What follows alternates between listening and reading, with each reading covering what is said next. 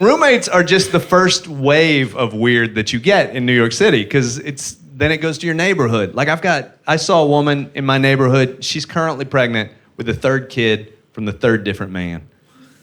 She saw me and she's like, I guess one slipped past the goalie. And I'm like, I do not think you have a goalie, madam.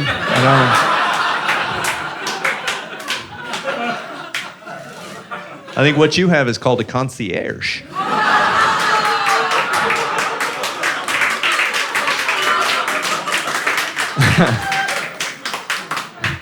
And it's the whole city is weird like that. The whole city. I mean, there are signs.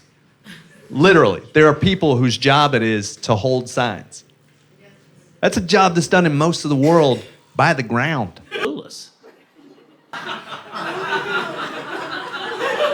If you want to feel good about yourself, walk past these people. It'll make you think. I've done it. I'm like, I hadn't made all the bad decisions. I hadn't.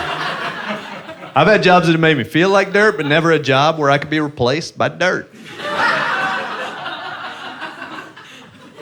It's weird. It's not just a weird city. It's an angry city. New York City is an angry city. I've lived here for 10 years. I know. I know. I consider myself a New Yorker. Not because of how long I've lived here, but because of how angry I get at things that make normal people smile.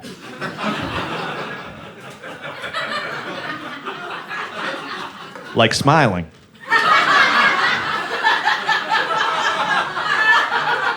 Most places in the world, you see somebody smile at you, you're like, oh, that seems like a nice fella. And it ends there.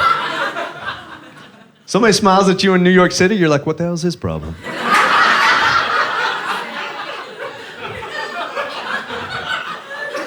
It's one of the few instances in all of humanity where you can comfort somebody by saying everything's okay. That man's got a head injury. That just doesn't happen most places. I get angry at ambulances. That's not proper response. Concern is the proper response. But I've been sitting at brunch and just rolled my eyes when an ambulance went by. Because it interrupted what I thought was a pretty solid anecdote.